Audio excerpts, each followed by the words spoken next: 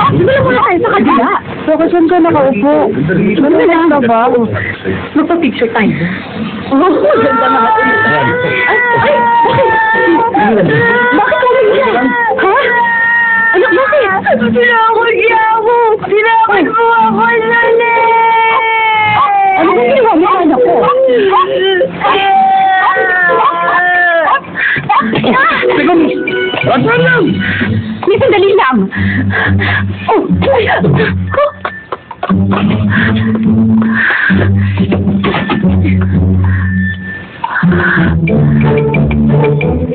ay!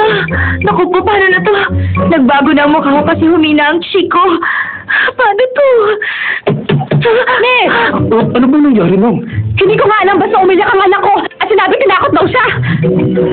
Ay, Miss!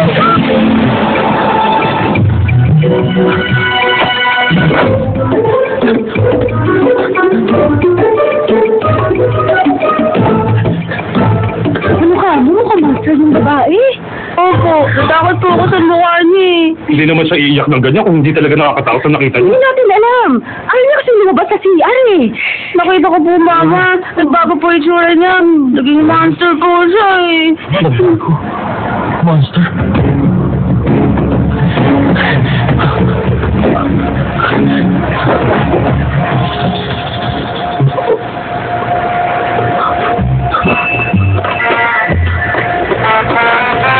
Hindi kaya.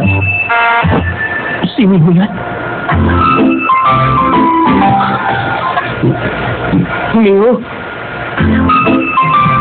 Bakit dyan ka nagtatago sa ilalim ng mesa?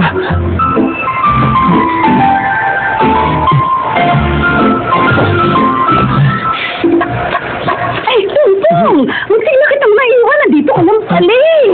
Kawawa ka naman. Uwi na tayo, ha? Leo! Sige, Wangin. Miss, kung hindi mo bubuksan itong pinto, mapipilitan kami kunin ang susi. Kunin mo na ang susi. Ay, sino ba kasi yan? Hindi ko alam. May babae pumasok kanina tapos hindi na lumabas.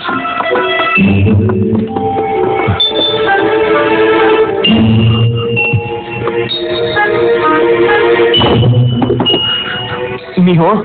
Dewang! Ano ba ginagawa mo dyan?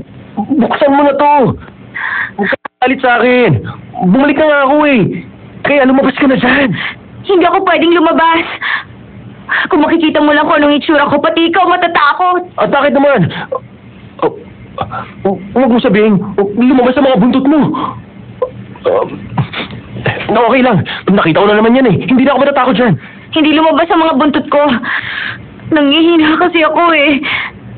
Kaya nagbagong itsura ko. Bakit? Ano ba nabago sa'yo? Buksan mo na lang to. Lumabas ka na dyan, okay? Sige, pero huwag kang matatakot, ha? Ay, ano ba sinasabi mo nakakatakot?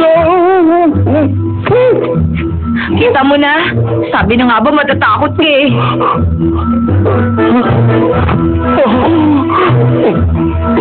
Oo nga.